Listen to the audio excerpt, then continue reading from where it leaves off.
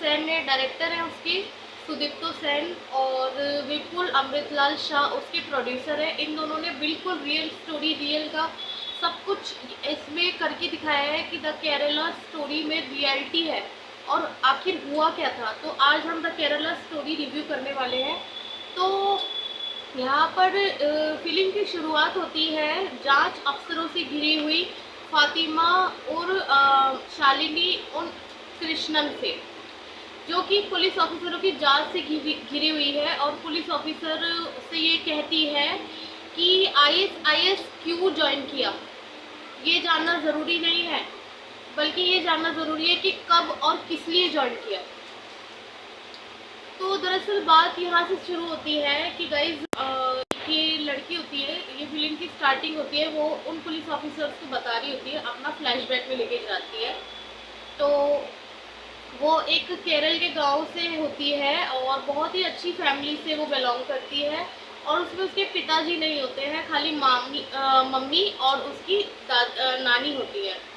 तो मम्मी पता नहीं दादी होती है, आई थिंक मम्मी और नानी के साथ होती है, शायद दादी के साथ होती है आई थिंक। तो ये दो जनों के साथ ही वो होती है, ठीक है।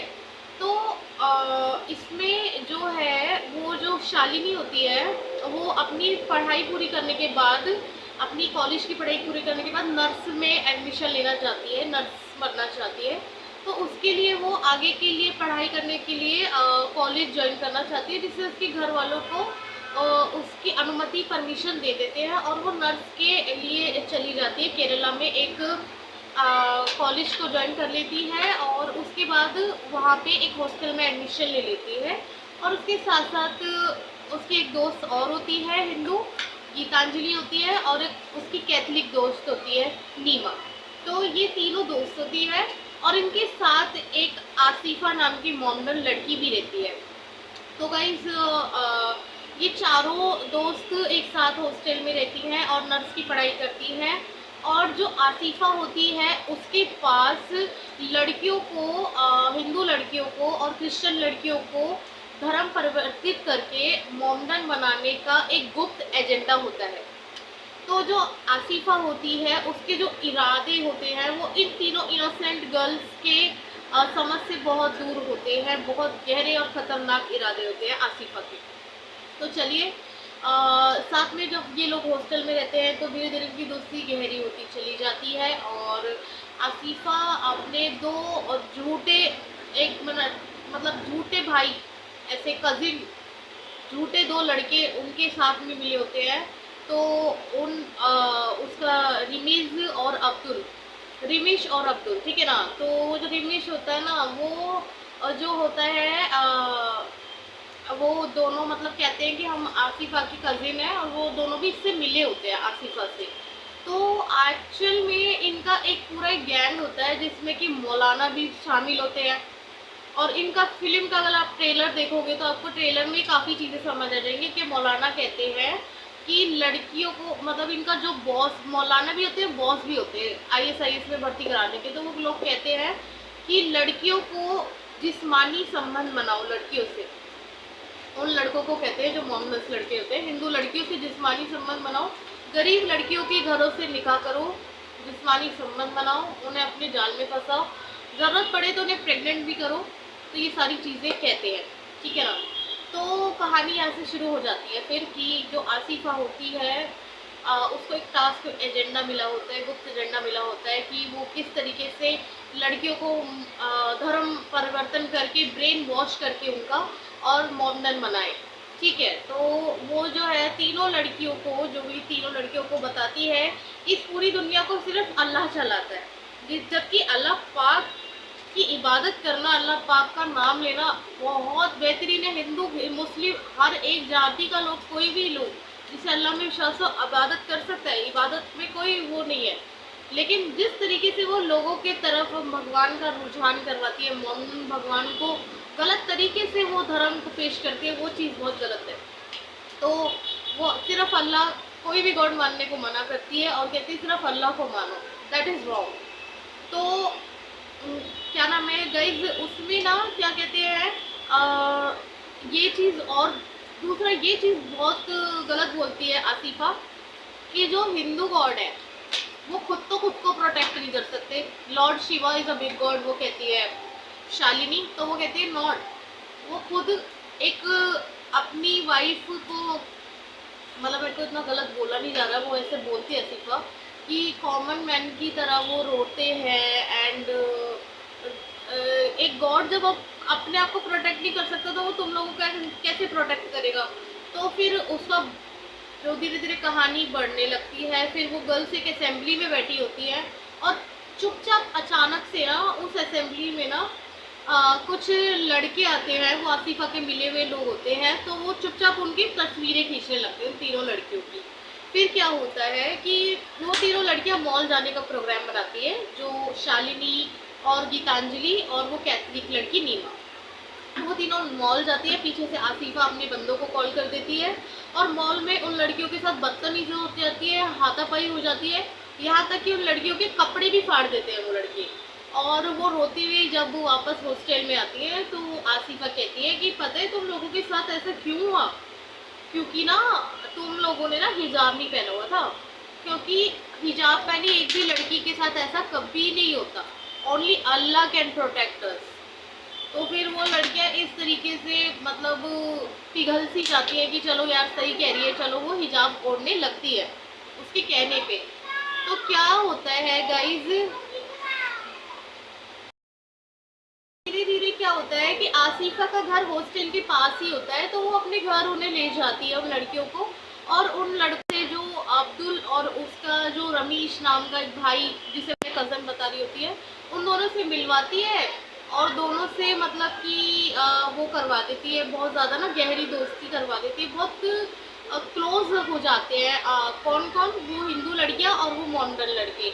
और क्या होता है कि फिर उसे भी उन पर बिलीव होने लगता है शालिनी को और गीतांजलि को। तो वो दोनों ना शालिनी तो रमीश से प्यार करने लगती है और गीतांजलि जो है अब्दुल से प्यार करने लगती है, और उन दोनों के बीच इतनी क्लोजनेस बढ़ जाती है कि वो रातें भी उनके साथ ही बिताने लगती है। सो उसके बाद क्या होता है कि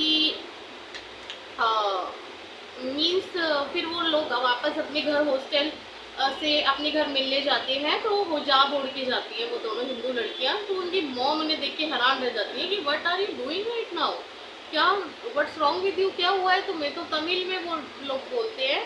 तो कहती है मॉम आप मेरे को ये सब मत समझाओ कि पूजा पाठ, जो गॉड खुद को प्रोटेक्ट नहीं कर सकता वो हमें क्या प्रोटेक्ट करेगा। तो उसकी मॉम उसे चाटा वाटा मारती है, कहती है व्हाट आर यू सेइंग, मतलब मॉम तमिल भाषा में बोलती है, ठीक है ना।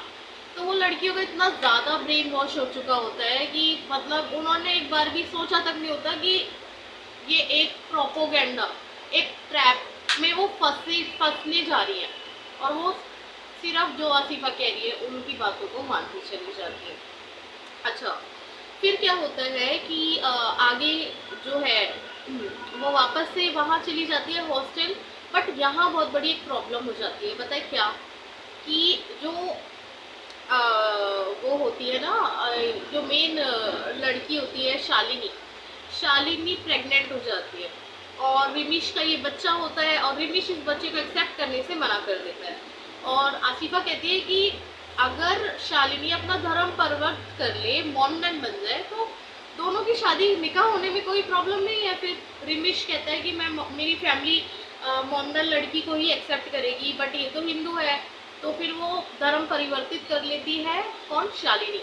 और यानी कि जिसने ये अदा शर्मा ने रोल निभाया, वो अदा शर्मा और शालिनी फातिमा बन जाती है, और वो धर्म परिवर्तित करके ऐसे निकाह कर लेती है। और क्या होता है, रिमिश इतना गंदा इंसान निकलता है, रिमिश उसे छोड़ के भाग जाता है, ठीक है, उसे छोड़ के भाग जाता है। इस सदमे को वो सह नहीं पाती है और मौलाना के पास जाती है कि यार वो छोड़ के भाग गया, और रिमिश भागा नहीं होता है, वहीं खड़ा होता है साइड में, और उसे ऐसा बता दिया जाता है कि वो भाग गया है अपनी माँ के साथ। तो मौलाना कहते हैं वो अपनी माँ के साथ अब किसी और शहर में रह रहा है, तुम्हें छोड़ के चला जा चुका है, अब तुम ऐसा करो तुम दूसरी शादी कर लो। और मेरे जहन में एक लड़का है इस्फाक, बहुत अच्छा ख्याल रखेगा, बहुत अच्छे से रखेगा वो तुम्हें। वो मौलाना भी मिला हुआ है, वो कहता है मैं खुद इस मॉडर्न धर्म में परिवर्तित हुआ हूँ, तो तुम लोग ना वैसे ही तुमने इतने बड़े बड़े पाप कर दिए, शादी से पहले प्रेग्नेंट हो गई, ये हुआ वो है, अब तुम शादी कर लो और अल्लाह से ना माफ़ी मांगो, और अल्लाह से माफ़ी मांगने के लिए तुम्हें यहाँ नहीं, सीरिया की मस्जिद में सर झुकाना पड़ेगा, जब जाके अल्लाह तुम्हें माफ़ करेंगे। अब ऑलरेडी उससे इतना ब्रेन वॉश होने के बाद शालिनी का, कि वो क्या करती है कि वो उनकी बातों में आके वो कुछ भी बोले जा रहे हैं और वो करे जा रही है, वो शादी करने के लिए बैठ जाती है इस प्रेगनेंसी की हालत में, और वो इशफाक से शादी कर लेती है। इशफाक उसे कबूल कर लेता है, वो भी कबूल कर लेती है। ये बात उसकी मॉम को पता चल जाती है, और वो मौलाना के खड़े हुए बंदे होते हैं, जो उसके सिखाए हुए खड़े हुए मस्जिद के बाहर बंदे होते हैं, वो उसे मिलने नहीं जाने देते उसकी मॉम से।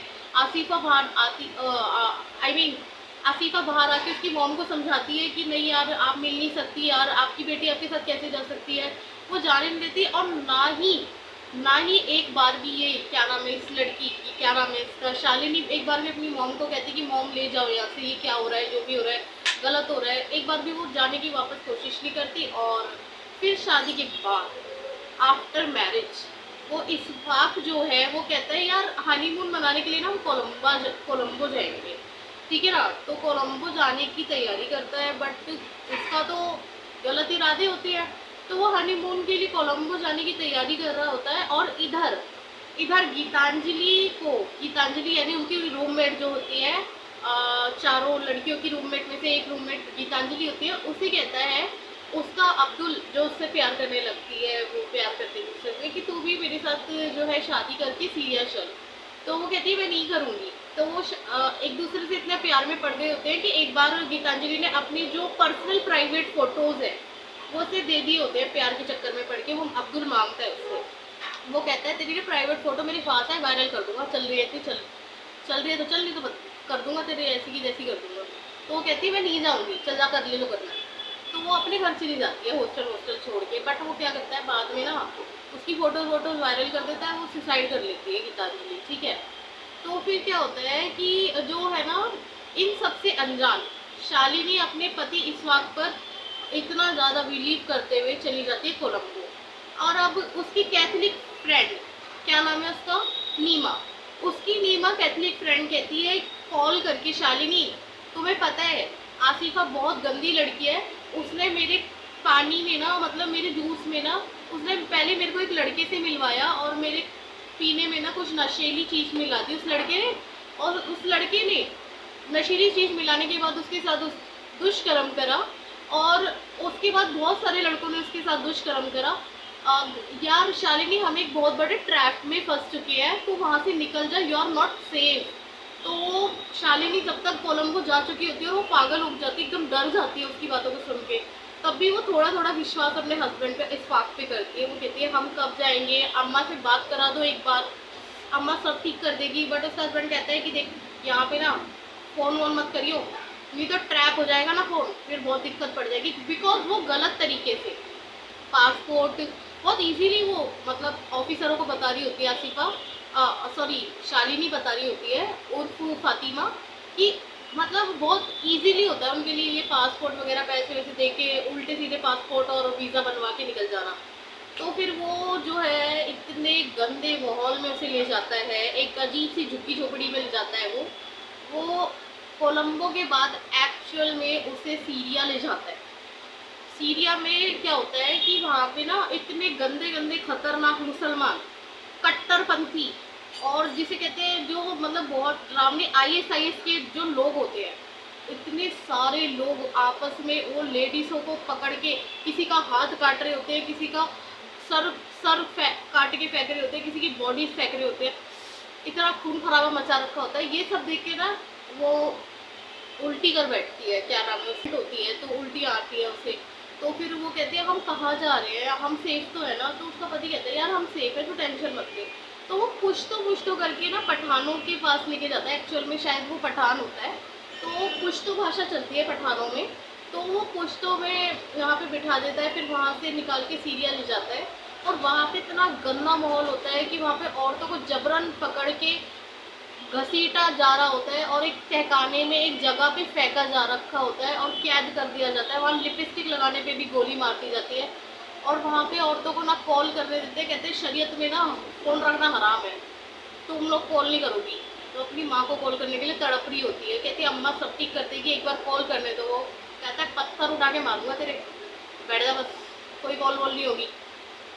और वैसे भी अपने माँ बापों को कुर्बान करो, सबसे पहली कुर्बानी दो, जब जाके इस मिशन का हम वो करें। उसको ट्रेनिंग देता है वो, और ट्रेनिंग में वो इतना ब्रेन वॉश कर देता है उसका कि वो जहाँ चाहे जहाँ भेजे वहीं वो बम फोड़ने लगती है। उनके खाने में वो अजीब अजीब सी दवाइयाँ मिलाने लगता है, जिससे वो लड़कियाँ उनके वश में आने लगते हैं। एक ऐसी दवाई होती है नशीली उनके पास, और अजीब अजीब तरह की ऐसी ऐसी दवाइयाँ होती हैं कि वो खाने में जैसे ही मिलाएगा ना, तो बेखौफ होके बंदा ना कोई भी कांड कर सकता है, कोई भी बड़े बड़े अपराध कर सकता है। तो पूरा आतंकवाद में वो ले जाता है। और फिर वो जो लड़की शालिनी होती है, उसकी बच्ची पैदा हो जाती है वहाँ पे, और वहाँ पे इतने अल्लाह अकबर के नारे लग रहे होते हैं, और मतलब अल्लाह अल्लाह का नाम लेके इतने बड़े बड़े अपराध कर रहे होते हैं वो लोग। और वहाँ पे ना जो मोमडन्स होते हैं ना, एक्चुअल में ना उसका पति भी ना उसे वही उठा के फेंक देता है, उसकी बच्ची को भी इससे अलग कर देते हैं वो मोमडन्स,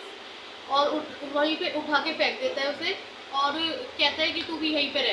तो बाद में उस शालिनी को पता चलता है, उर्फ फातिमा को, कि ये कोई प्यार व्यार नहीं कर रहा था, ये यूज़ करने के लिए लाया था। वहाँ पे औरतों का एक्चुअल में ISIS में क्यों भर्ती कराया जाता है, क्या आप जानते हैं?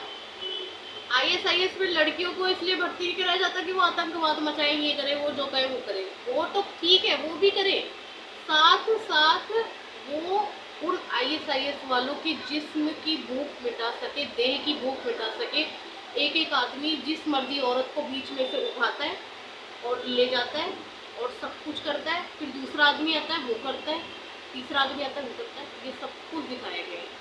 और इवन वो प्रेग्नेंट होती है तब भी वो प्रेगनेंसी के दौरान भी उसे छोड़ता नहीं है, सब कुछ करता है।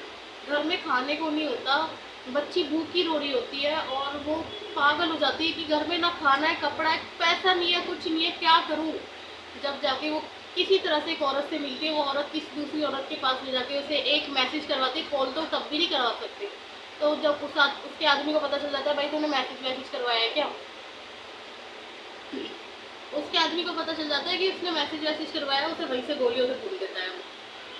तो उसके बाद जब इतना सब कुछ पे बीत जाती है लड़की पे, क्या नाम है, शालिनी पे, उसकी माँ तक वो मैसेज चला जाता है। वो क्या होता है कि भागने की कोशिश करती है, और ये लास्ट ट्रैप में जा रही होती है सीरिया के, और उसे अच्छे से पता होता है शालिनी को कि ये लास्ट चांस है भागने का।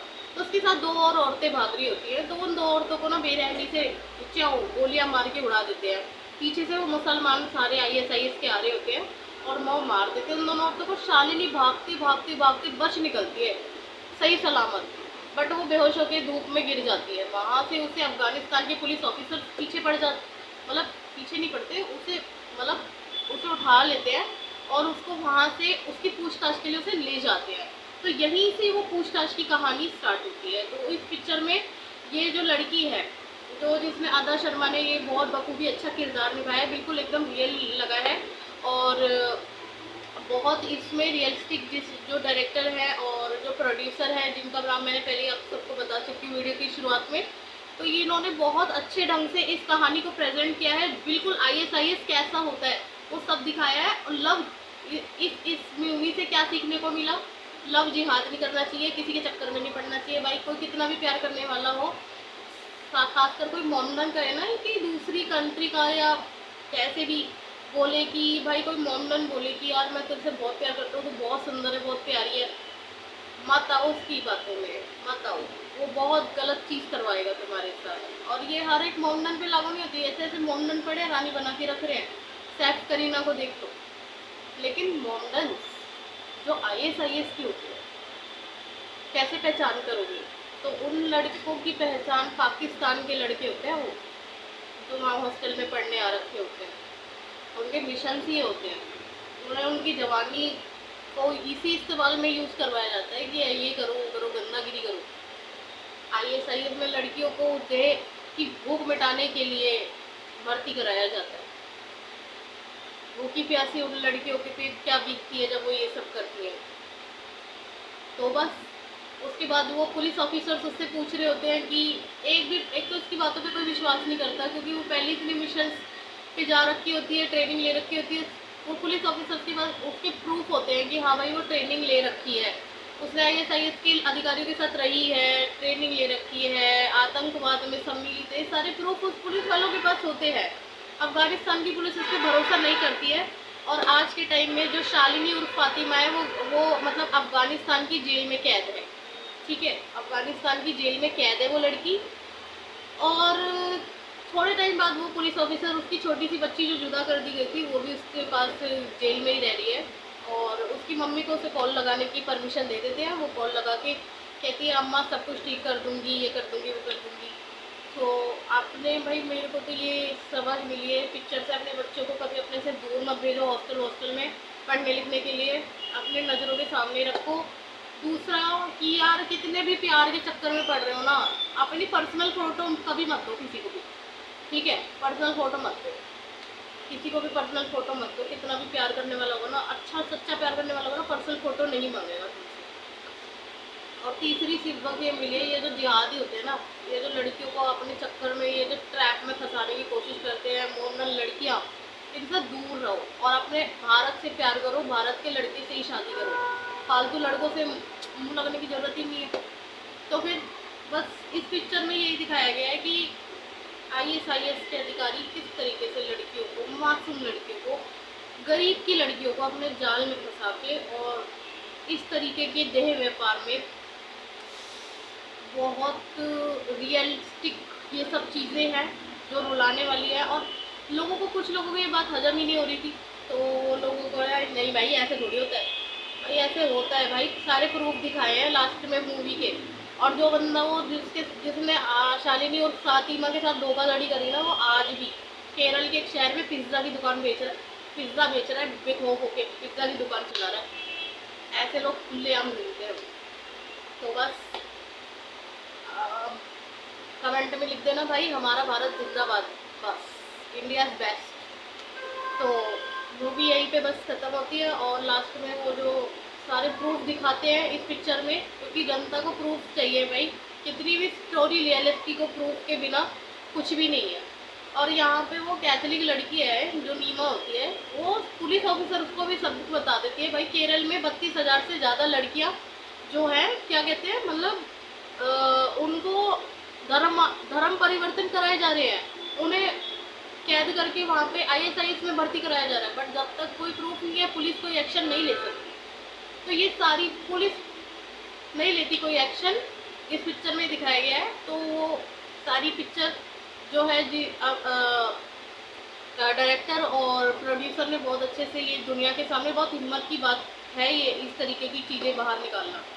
इस तरीके से इस पिक्चर का बहुत विरोध हुआ था, बहुत मेरे कारण मैं एकदम से मैं गई बहुत सुन रही। मैं लास्ट ईयर 2023 में ये मतलब रिलीज़ हुई थी, इसकी रिव्यू करना चाह रही थी मैं लास्ट ईयर भी, बट मुझे तो समझ नहीं आ रहा था कि कैसे रिव्यू करूँ।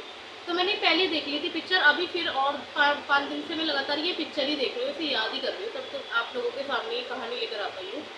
तो मतलब मैं यही कहना चाहूँगी सभी लड़कियों से, और इवन मेरे को भी सीखने को मिला है कि आप लड़कों से दूर रहो, खासकर इन मोमडन लड़कों से। ये लव जिहाद की ये जो चीज़ें होती है ना, ये बाद में ना तुम्हें पछतावा ही देंगी। और एक चीज़ और है कि वीडियो थोड़ी सी लंबी हो जाएगी और तुम्हें ना एक सीख और देखने को मिलेगी कि अपने पेरेंट्स के ना खिलाफ मत जाओ, और अपने धर्म को ना, तुम्हें जो बोल रहे हैं कि यार वो गॉड कमज़ोर है, वो गॉड ऐसे है, भगवान एक होते हैं, तुम लोगों ने बदले ये नाम वाम, ये भगवान शिव है, वो अल्लाह है। अरे भगवान एक ही है यार, कोई गॉड कमज़ोर नहीं होता। चाहे हिंदुओं में उसे तुम शिव भगवान और कान्हा जी कह लो, मोमडनों में वही नाम परिवर्तन होते हैं, अल्लाह बन जाते हैं, ख्वाजा जी बन जाते हैं। और फिर क्रिश्चियन भगवान की बेइज्जती दिखाई है इसमें, जो गॉड अपने आप को नहीं बचा सकता, उसके कीलें ठोक दी थी, क्रूस पे लटका दिया था। तो ये सारी चीज़ें दिखाई गई है भाई, कोई गॉड कमज़ोर नहीं होता यार। उसका ना ब्रेन वॉश ऐसे करा गया कि उन्हें लगने लगा हाँ यार ऐसे ही होता है। बट ये ट्रैप है, दोस्ती सोच समझ के करनी चाहिए। बाकी इंडिया इज़ बेस्ट, और भारत माता की जय, और जय हिंद। और बस भारत सबसे अच्छा देश है। Love you so much, I love my India. चलो कमेंट में ढेर सारा लिख देना, ठीक है। चलो इसी के साथ मिलेंगे एक फिर से नई वीडियो में। आप सब तक मैं बहुत अच्छे जो है कंटेंट पहुंचाती हूँ। मूवी रिव्यू में भी मेरे बहुत सारे मैसेजेस होते हैं, तो भाई ढेर सारा लाइक कर दिया करो, like share comment and press the bell icon and channel subscribe कर लेना। और मिलेंगे नेक्स्ट वीडियो में, तब तक ta-ta bye bye and see in the next one. और बिहेवियर ऑफ मुस्लिम, जो ऐसे मुस्लिम जो दूसरे देशों के मुस्लिम हैं, जो तुम्हें कहते हैं ना बहुत प्यार करता हूँ, मुझे नहीं लगता, आई कांट बिलीव।